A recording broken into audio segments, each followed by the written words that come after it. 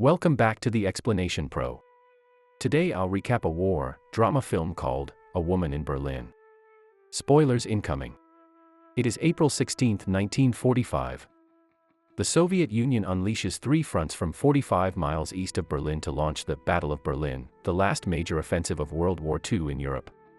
The devastation is evident all over Nazi Germany, with significant buildings destroyed and smoke everywhere in the streets.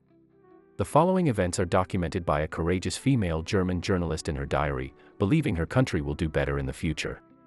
In the waning days of World War II, the journalist, who prefers to remain anonymous, Anonyma in German, remembers being a part of the upper-class society as her husband Gerd is a high-ranking German official in the Nazi Party. She loses her lavish lifestyle as Berlin falls into the hands of the Soviet Red Army and is forced to flee from the war zone, with other German citizens. During the bombing run, she and many others reach an underground bunker that houses an assortment of women, children, and the elderly as they come to grips with what is happening above the streets. She recognizes a few people in the shelter, most of them scared of leaving behind their noble occupations or missing loved ones who participated in the war. Later, she sees a woman suffocating due to her exposure to the chemical weapons used by the Soviets. As she sits and grabs a drink, she ponders on their present struggle and promises to right everything she sees for her husband. A ceasefire occurs as the smoke clears, and the Red Army marches on the streets searching for Germans. The convoy stops, and the Soviets announce via megaphone for everyone still alive to surrender their firearms. Underground, Anonyma and the German refugees wait patiently for what may happen next as eerie silence fills the area. As they march, a flurry of bullets rains down on the Red Army, with some surviving German soldiers shooting from the balconies. While some Soviets fall, others rush inside a derelict building to quell the attackers upstairs.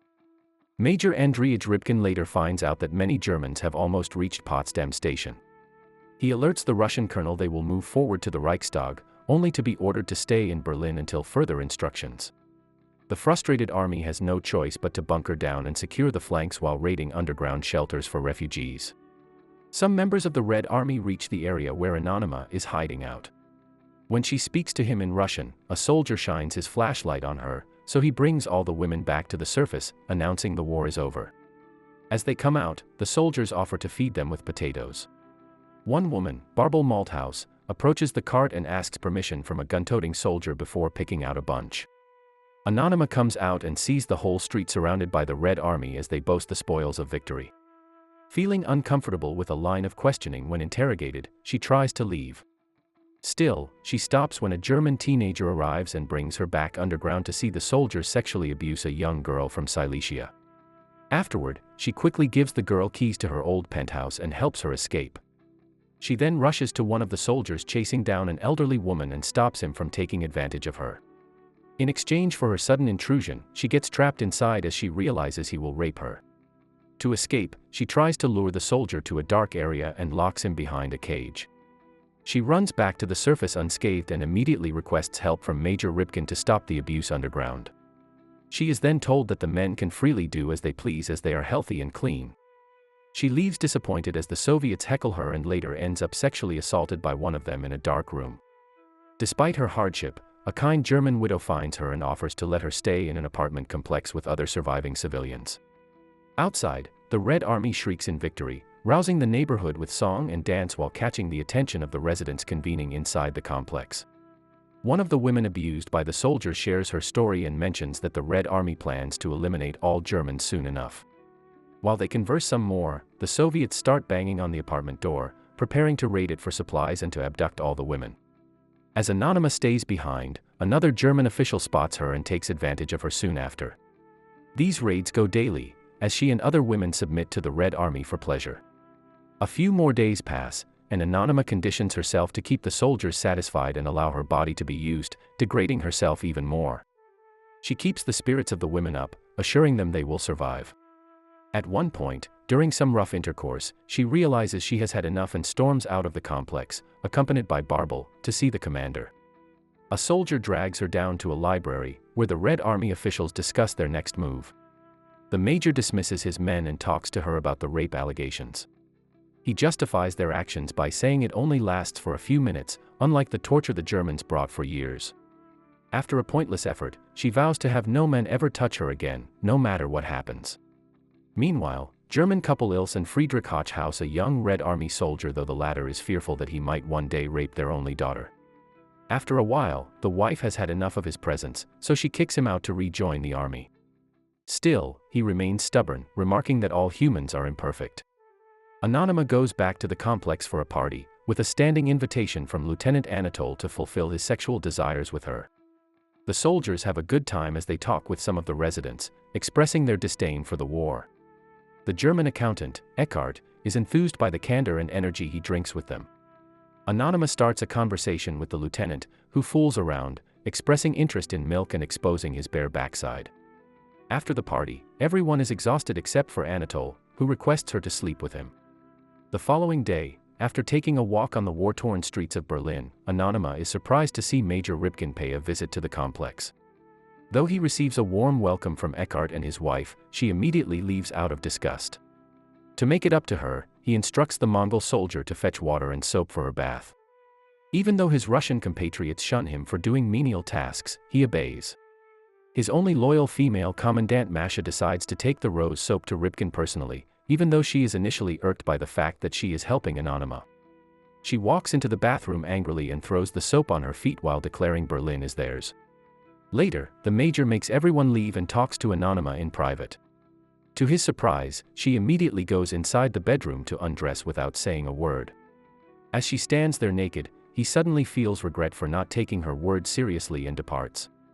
Despite his restraint, many of his soldiers continue the sexual abuse, considering all German women as their property.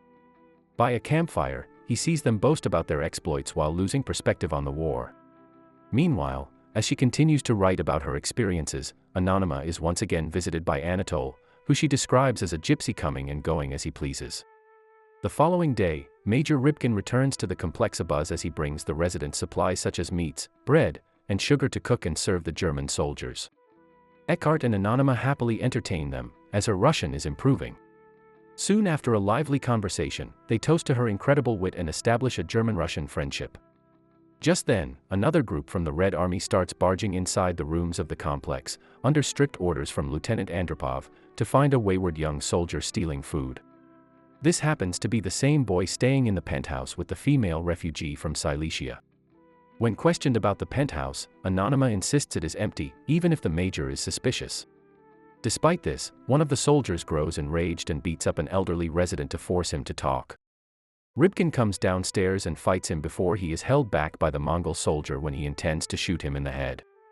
He then orders anyone possessing or hiding firearms to be executed on the spot and their houses destroyed. As the crowd disperses, he goes into the bedroom with Anonyma to be intimate with her. Later, when he leaves, she runs to the penthouse to warn the girl but discovers the young soldier in hiding as he refuses to return to Siberia. From then on, Major Ribkin frequently visits the complex, offering protection while taking away an assortment of trinkets from the widow's stash. He becomes more open to Anonyma during their sexual encounters, going so far as showing his passport, bank account, and names of his relatives. Unbeknownst to him, Anatole secretly meets up to have sexual intercourse, which makes her wonder if she has become a whore. Meanwhile, the Red Army slowly helps replace the furniture and fix the complex's interior as the women continue to please them. They later celebrate news of the National Fascist Party leader, Benito Mussolini's execution. While carrying buckets of water the following day, Anonyma bumps into an old friend, Elk, who has been out of town. At the same time, her husband continues his duties in Siberia. She brings her to the complex for tea with the female residents, as they happily catch up on each other's lives with the Russians. The women gush over their sexual encounters, with one of them worried about contracting syphilis from a soldier. Later, she visits the major in his study and realizes he has fallen for her, as Russians appreciate intelligent women. It is the 30th of April, 1945. Barbel takes her to see a group of soldiers. One of them asks to translate his story about witnessing the Germans pillage his village and brutally murder all the children. Disturbed by what she hears, she walks out and runs into Major Ribkin. He tells her the hold of the Nazis in Germany is almost over with the suicide of Adolf Hitler. Masha then approaches her and warns her to stay away from him, revealing that the Nazis hanged his wife. Right after this, Artillery General Breitling announces to cease all fighting immediately, as Berlin is finally defeated. Almost immediately, joyous celebration spreads across the streets, and the Soviet Union's national anthem is played for everyone.